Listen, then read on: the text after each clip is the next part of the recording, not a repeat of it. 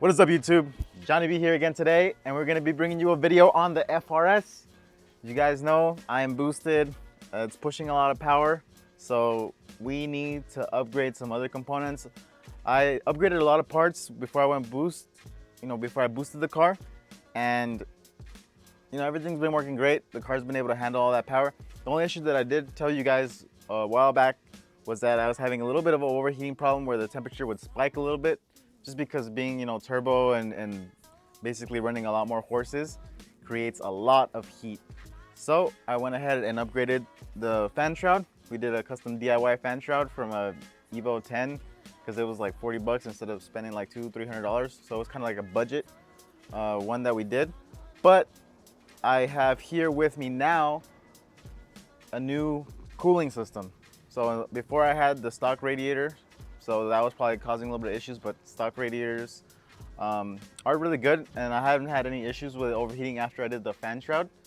The only thing is that if I do decide to track it later, do some more autocross, go to an actual track, go to a drift event or something, I need the car to be way more cooler than than it is right now. I need it to be able to run normal temperatures while I'm giving it a lot of stress while we're just ripping through it and basically abusing it a little bit if we do some drifting or track days.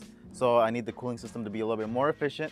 I needed to have more coolant in it, obviously, because the more coolant you have, the cooler the car will be able to stay, and it'll just keep going through the radiator and keeping the car cool.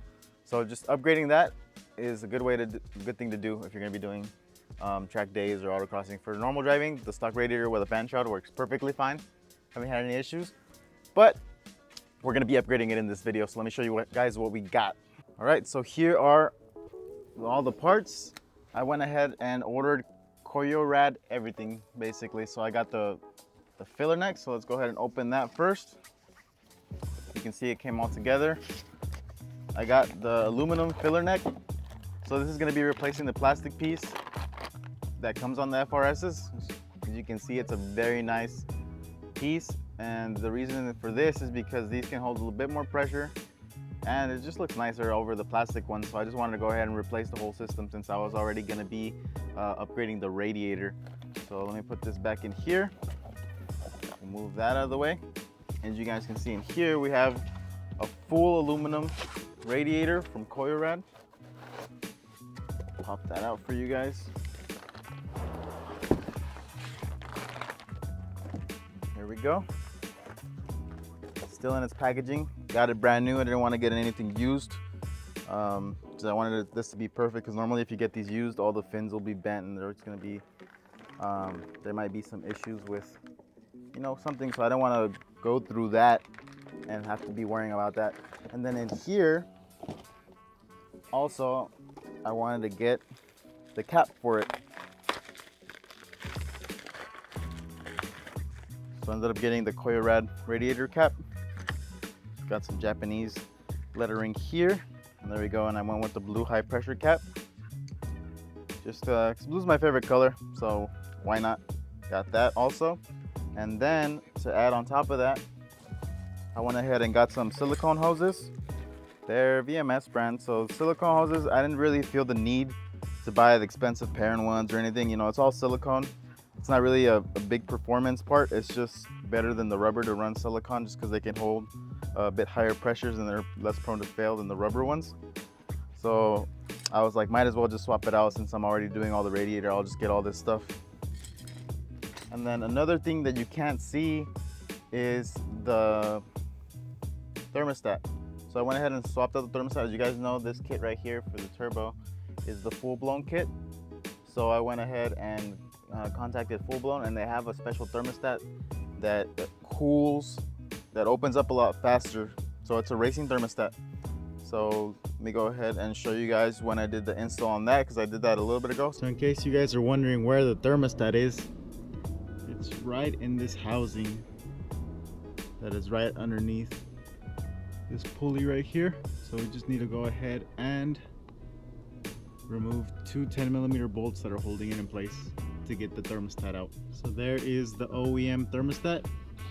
Put a rag here just so it's not spraying coolant all over this. So now we just have to go ahead and pull it off. the OEM one opens up at 88 degrees Celsius and that the new one opens up, I don't remember exactly, but it opens up about 20 degrees Celsius earlier. So that's going to be 149 degrees Fahrenheit that it opens up, where the actual OEM one doesn't open up to like 190. So that's going to help the whole cooling system be much better. So let's go ahead and install all this stuff.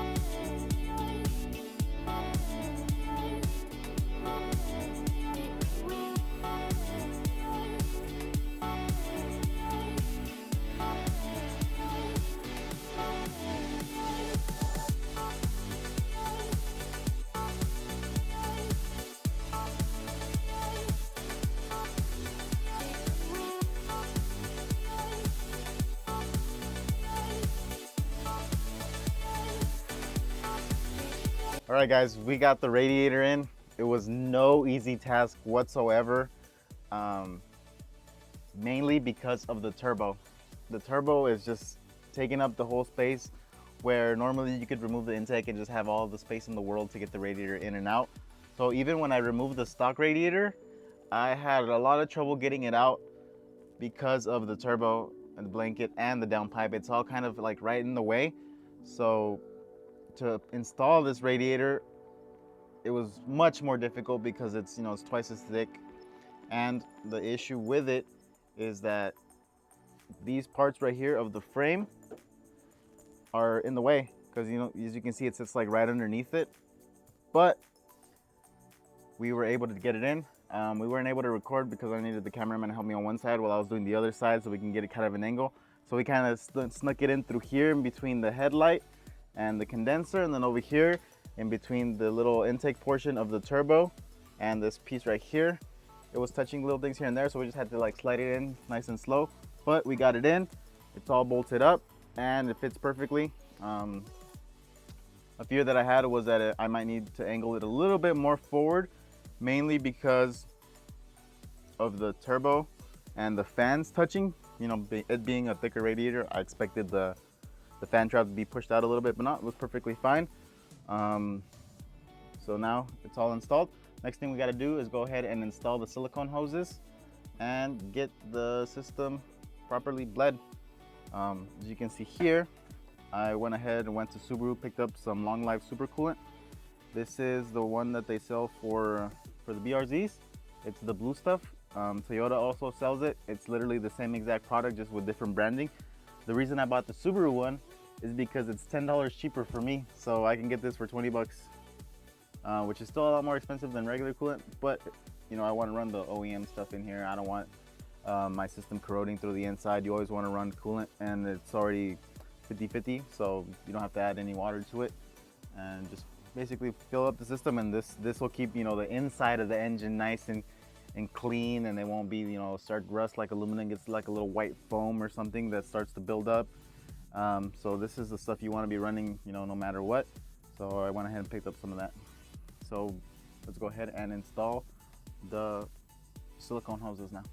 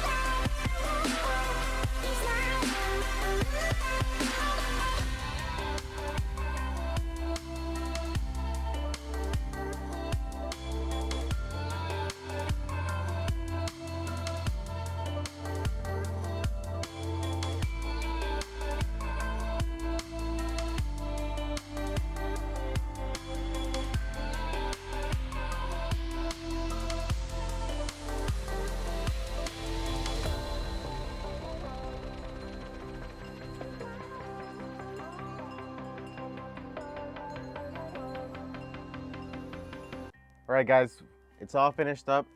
We bled the whole system. So what I ended up doing, as you guys saw, I had like a little funnel here to be able to feed the antifreeze.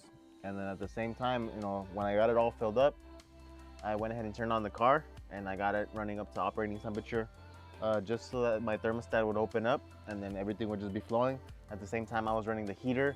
That way we know we can get, you know, some antifreeze going through the heater and everything. So basically get the fluid, you know, flowing through the whole system so we can get out all of the air bubbles.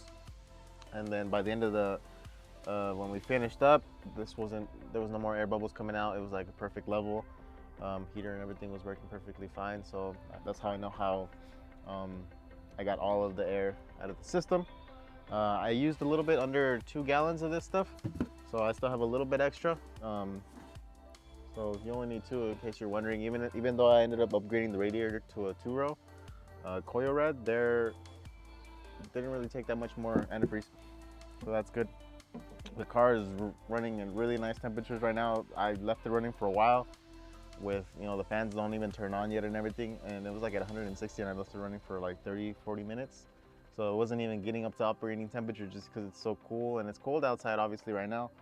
But I hope that, you know, this is going to keep the system really cool, and also, you know, be good for the track. So if I'm going to be pushing it a little bit more, doing some hot laps around the track, the car is going to be able to, you know, handle all the heat, especially with all the heat wrapping that's been done, all the heat protection that I have everywhere, all the ducting, the vents, the spall fans. Just, you know, I just want to keep everything overall very cool. I'm probably gonna have to add a transmission cooler here in the near future before I do end up going on the track.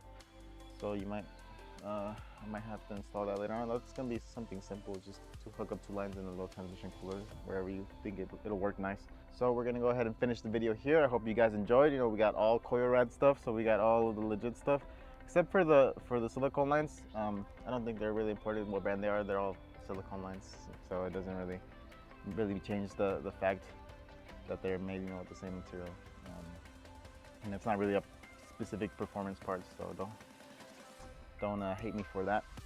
But now we're gonna go ahead and end the video. Give you guys some nice little revs so you guys can hear how the car sounds. I wanted to get it up to temperature. You know, it was getting up there, and I just wanted to get there a little bit higher, like sooner, so I'd give it a little bit of revs. And hope you guys enjoy the turbo noises. As always, you guys have a great day.